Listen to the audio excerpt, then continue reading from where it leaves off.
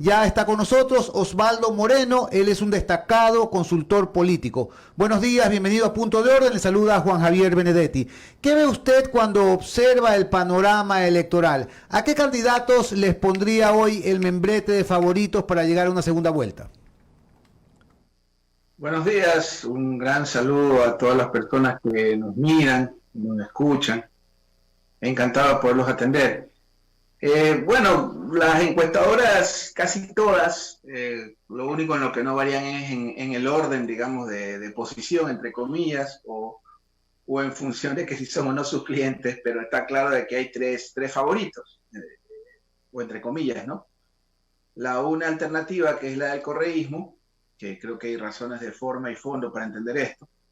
La otra, el candidato del establishment, digamos, el candidato, no sé si una suerte de JFK de Sambo, con Cumbayá, Guillermo Lasso. Y el candidato irruptivo, que creo que podría ser el señor Yacu Pérez. En ese orden tenemos estas tres opciones, pero con una languidez, con una fragilidad de esa, entre comillas, carrera, porque creo que podría variar muchísimo dependiendo de la calificación o no de la candidatura del abogado Álvaro Noboa. Bien, precisamente, buenos días, le saluda Rafael Campos. Precisamente sobre lo que usted acaba de citar al final, si Álvaro Noboa participa en la contienda, ¿qué efectos causaría en el tablero electoral y qué candidaturas específicamente se verían afectadas? Bueno, yo creo que lo del abogado Noboa sería una suerte de misil en el cuarto de máquinas de la candidatura de Guillermo Lasso. Sería el primer afectado directo, creo yo. Pero en el orden digamos, de lo que podría suceder en el tablero, estamos hablando de la disputa de un solo segundo lugar, pues no hay dos segundos lugares. A mí me queda claro que el correísmo es una fuerza que va a estar en la segunda vuelta, si es que no ganan en primera. Ese es un posible escenario, ya no con tanta fuerza porque ya Correa no está en la papeleta, de hecho para eso se evitó que participe. Pero la llegada de Noboa creo que podría afectar en principio, esto es como el COVID, le dio a tu vecino el levanta baja, pero te va a dar la otra semana. Creo que el primer afectado sería Lasso y continuaría Yacu Pérez, eventualmente. Osvaldo, ¿cómo estás? Buenos días, Cristina Vinoesta te saluda, qué gusto verte. Manabí, viva Manabí, que estás por Manabí, ¿cierto? Sí, sí. Bueno, los escenarios que tú nos planteas son bastante interesantes, ¿no? Con una papeleta con un Álvaro Noboa, una papeleta sin Álvaro Noboa. Me preocupa la gente, ¿qué es lo que te dice el pueblo? ¿Qué es lo que dice el pueblo llano? ¿Hacia quién tú le ves realmente una tendencia sin comprarla? O sea, una tendencia del alma, una tendencia que dicen, este es mi candidato porque yo sí creo en él.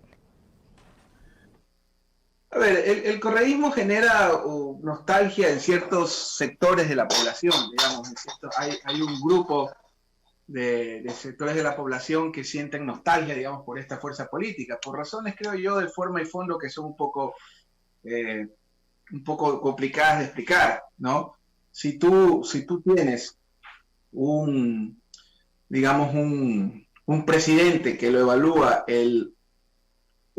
digamos, de cada 10 personas, una cree que ha sido un gran gobierno, si la calificación es de 1 sobre 10 y tienes un pasado donde la calificación es 4 o 5 sobre 10, obviamente, si esa es la vara, hay sectores de la población que sienten nostalgia por ese segmento, digamos, por ese pasado que, entre comillas, fue mejor. Entonces yo creo que esa es la explicación, más allá del populismo y la discusión típica de lectura de supermercado, va más allá del populismo. Hay razones de forma y fondo, como que usted ahora tenga que recurrir a tramitadores cuando antes una cédula estaba en 10 minutos o un pasaporte. Son cosas así de básicas, como que usted tenga que pasar una tragedia para hacer un trámite en el SRI, que me parece una barbaridad dentro de estas medidas de recorte, entre comillas, ¿no? Que reducir el Estado termina perjudicando, es un tiro al pie.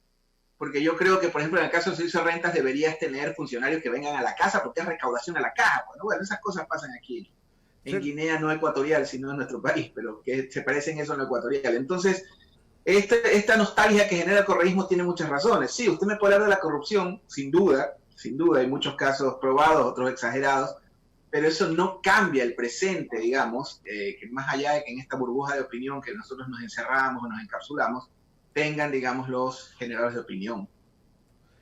Osvaldo, una pregunta del público la hace Fernando Chan Romero. Acuérdense que el correísmo tiene un voto duro del 36%.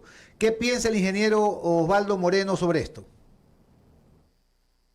No sé si el 36%, pero sí es una fuerza que está en vigencia, es una fuerza que está presente, es una fuerza que tiene contundencia, digamos, porque es, ya le digo, en el análisis, es una suerte de un pasado que entre comillas, fue mejor para algunos, ¿no? Entonces, no sé si sea el 36%, yo diría del 20%, pero hay algo más fuerte que es el famoso voto blando. Entonces, ese voto blando que está en la indecisión, que está rondando por ahí, es también bastante fuerte, ¿no? Porque mire, para mí esto es sencillo. Especialmente en la costa, por ejemplo, Guayas. En Guayas tienes una ausencia absoluta de liderazgos fuertes en la provincia. No está Nebot en la papeleta, no está Correa, no está Cintia Viteri. Entonces, Guayas está muy propenso, porque Lasso no es un tipo que tenga, digamos, carisma o contundencia. Es más, de hecho se fue a vivir a Quito, no sé a qué. Entonces, en Guayas, sobre todo en Los Ríos, en El Oro, Manaví es un bastión correísta bastante blindado, creo que eso lo trabajaron durante mucho tiempo. Pero ese hueco que hay en la costa, yo creo que está vacante, ¿no? Por eso digo la hipótesis que Noboa podría ingresar con fuerza, ¿no? Porque en el caso de Yacu Pérez, por ejemplo, me parece una candidatura súper interesante, súper disruptiva, pero no hay esencia, pues el tipo te habla de las papitas, el choclito, la tierrita, la pachamamita y TikTok y memes. Osvaldo, a 70 días de las votaciones, ¿cómo siente el ánimo de los electores? ¿Cree que hay un voto oculto que no se conocerá sino hasta el final? Yo creo que la determinación, el verdadero momento va a ser en el mes de enero. Estas navidades van a ser diferentes que otras, en el sentido de que no va a haber, digamos, estamos lamentando muchas ausencias, muertes, salidas del trabajo, despidos masivos. Esta va a ser una Navidad muy diferente a las que hemos estado viviendo los últimos 10 o 14 años. Y adicional a eso, en el mes de enero yo creo que es el momento donde los candidatos deberán proyectar certezas y contundencia. Y ahí, en teoría, Lasso debería tener ventaja, ¿no? Porque es un tipo que viene del mundo empresarial, podría hablar de empleo, etcétera, etcétera. Entonces, yo pensaría que enero es el mes clave y hoy estar en el pelotón no creo que es garantía absolutamente de nada. Osvaldo, tras los sucesos del año pasado de octubre, en el mes de octubre, el movimiento indígena emergió como un actor político importante. Según su opinión, ¿fueron solamente 15 minutos de fama o sigue siendo un actor principal? Bueno, desde el mes de noviembre del año pasado, todos los investigadores o todos los estudios de opinión ya detectaban ese hallazgo, no solo en lo cuantitativo, sino en lo cualitativo. Es que mire, aquí es un tema súper interesante, ¿no? Hay una desconexión absoluta entre la élite, digamos, y lo que está pasando en la calle. Y cuando yo hablo de la élite no me refiero solo a las élites económicas. En general, hay el caso de las redes sociales, por ponerle un ejemplo, ¿no? Yo sigo pensando que las redes generan más divorcios que votos, y si a usted le quedan $100 para pautar, yo le digo 1.000.000 de veces algo en radio y no vote la plata en las redes. Y se lo dice alguien que trabaja los últimos 15 años a lo ancho y largo de América Latina solo en procesos electorales. Entonces, cuando hablamos de este tema, digamos, hay que analizar esa desconexión que existe. Mire el caso de Twitter, por ejemplo, donde Maguad y Moreno han sido buenos presidentes, donde la ministra Romo sale por la puerta grande. Usted vaya a la calle pues, y coteje la información. En las redes, en Twitter, la gente estaba de acuerdo con que la gasolina sube, pero si tocabas la Nutella se incendiaba. Qué sé yo, pues en Twitter Correa es Pinochet, pero de izquierda. O sea, hay una desconexión absoluta entre lo que pasa en el mundo digital o en el ámbito de la opinión pública, de la cual también soy parte, y obviamente lo que está sucediendo en la calle. Entonces, en ese contexto, creo yo que hay una suerte, digamos, de desconexión para no poder determinar o detectar el caso de los indígenas. Obviamente, si usted encabeza, cuando yo les digo, probablemente hay una segunda vuelta entre Arauz y Yacu Pérez, hoy creo que eso sucedería. Y eso tiene una explicación.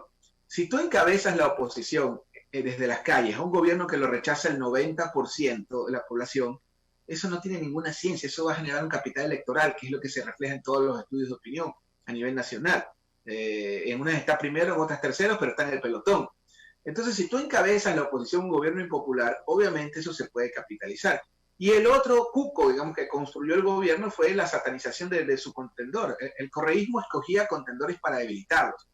Digamos que este gobierno, en cambio, escogió contendores para fortalecerlos, que es el caso del correísmo, al haberlos martirizado, al haber hecho de una política de Estado el juicio Correa, al sacar encadenados a la señora Pavón y al otro amigo Hernández. No estamos, al menos creo que el correísmo está cosechando lo que sembró, en eso no hay discusión. Creo que cuando hablamos de proscripciones, ellos eran especialistas en proscribir candidatos, se lo hicieron a Lucio Gutiérrez, se lo hicieron a Bucarán, pero dos errores no hacen un acierto. Entonces creo que esa es la explicación por la que hoy por hoy hay una opción muy fuerte de que los indígenas y el correísmo estén en la segunda vuelta, o que incluso el mismo Arauz gane en primera vuelta. Bueno, lo he escuchado repetir lo mismo 2 veces, y me preocupa un poco de que, habiendo todavía una votación indecisa, podamos hacer una proyección a futuro muy exacta.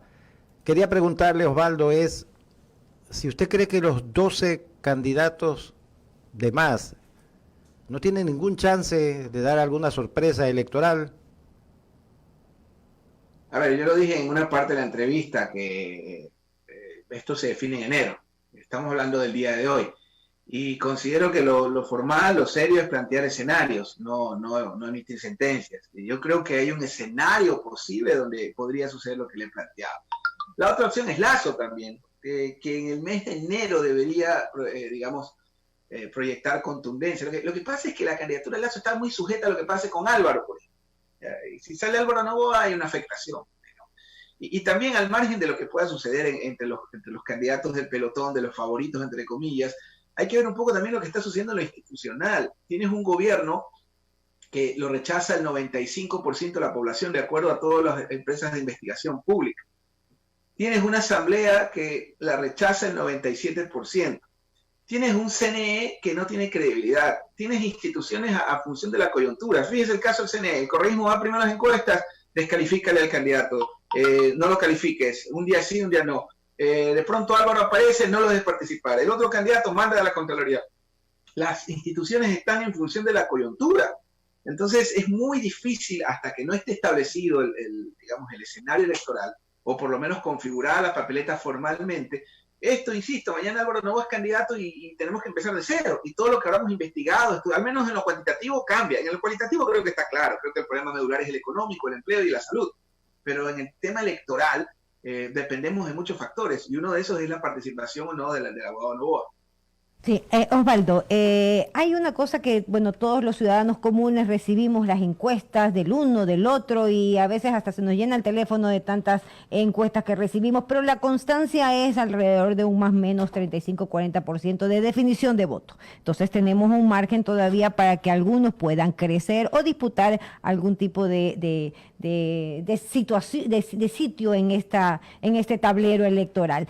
Todo el mundo habla de los 3 primeros, que Yacu, que el señor Lasso, pero estamos viendo, o al menos yo he visto, y me gustaría saber tu apreciación, un candidato o algunos, pero en este caso uno que me llamó la atención en el sentido de coherencia, etcétera, que es César Montúfar. César Montúfar va poquito a poco, despacito, y el margen de crecimiento que tiene es bastante considerable. ¿Qué opinas tú de esa candidatura? Bueno, ese es mi candidato. Si usted me pregunta por quién voy a votar, lo digo abiertamente. Yo votaré por Montúfar. Hasta hoy día voy a votar por Montúfar. Me parece lo más formal en una campaña donde los candidatos están más preocupados en ser memes o TikToks que estadistas. Ese es mi candidato. César es mi candidato, lo digo abiertamente. Pero no sé si tenga posibilidades, porque, ojo, casi nunca, lo que pienso que va a suceder es lo que quisiera que pase. O sea, lo que yo quiero que suceda está siempre totalmente desconectado con lo que creo que va a suceder. Son dos cosas totalmente distintas. No afecta a mi objetividad, que yo piense abiertamente que César Montúfar es la mejor opción, sin duda, si llega para el país, pero no es una elección de decano, no es una elección de pontífice, es una elección, lamentablemente, presidencial en un momento muy complicado para el país. Porque mire, hay un detalle, y esto lo digo de corazón, a mí Javier Benedetti me abrió los micrófonos, nos abrió a todas las generaciones completas de pensadores de Guayaquil, de todas las tendencias, de todas las vertientes profesionales. De hecho, mis primeras entrevistas las di en esos maravillosos estudios. Entonces, yo quiero hacer una apreciación muy respetuosa, que la estoy haciendo a toda la opinión pública. Creo que debemos también analizar un poco el debate en la transición.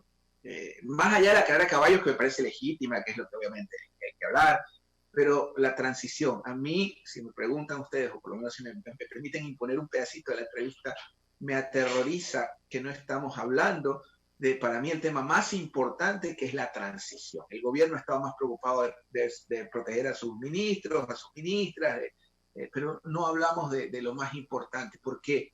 Porque si el próximo presidente de la República, si usted quiere que sea Lazo, si usted quiere que sea Yacu, si usted quiere que sea Arauz, si yo quiero que sea César Montúfar, el gran problema es que ese jefe de Estado va a tener que concertar con todos los actores para poder sacarnos de este descalabro. Mire, todos los expertos económicos, que yo no lo soy, todos sin excepción, liberales, ortodoxos, socialistas, heterodoxos, demócratas cristianos, keynesianos, austriacos, etcétera, etcétera, etcétera. Porque no hay ciencia social más amplia que la economía, ¿no? Y todo lo que es ciencia social es debatible. Todos nos dicen que esta es la peor crisis económica de nuestra historia. Lo que no están de acuerdo es en el culpable. Nos dicen que fue Correa, que el gasto, que el otro de por acá, otros que el Fondo Monetario, X. Pero todos coinciden en que esta es la peor crisis económica de nuestra historia y las cifras lo dicen. Ya la responsabilidad es otro debate. Entonces, si no hablamos de la transición, si no combinamos al gobierno a que ya se olvide de estar defendiendo lo indefendible, yo creo que el próximo presidente, Dios nos libre, va a tener muchos problemas y ese gobierno no dura ni 6 meses. Entonces, creo que es momento ya de hablar de los factores para generar y garantizar la gobernabilidad del sujeto que gane la próxima elección. Bueno, queremos agradecer al ingeniero Osvaldo Moreno, consultor político, por atender nuestra entrevista aquí en 101.3 Radio Centro. Buenos días, ingeniero Moreno. Gracias. Gracias a usted.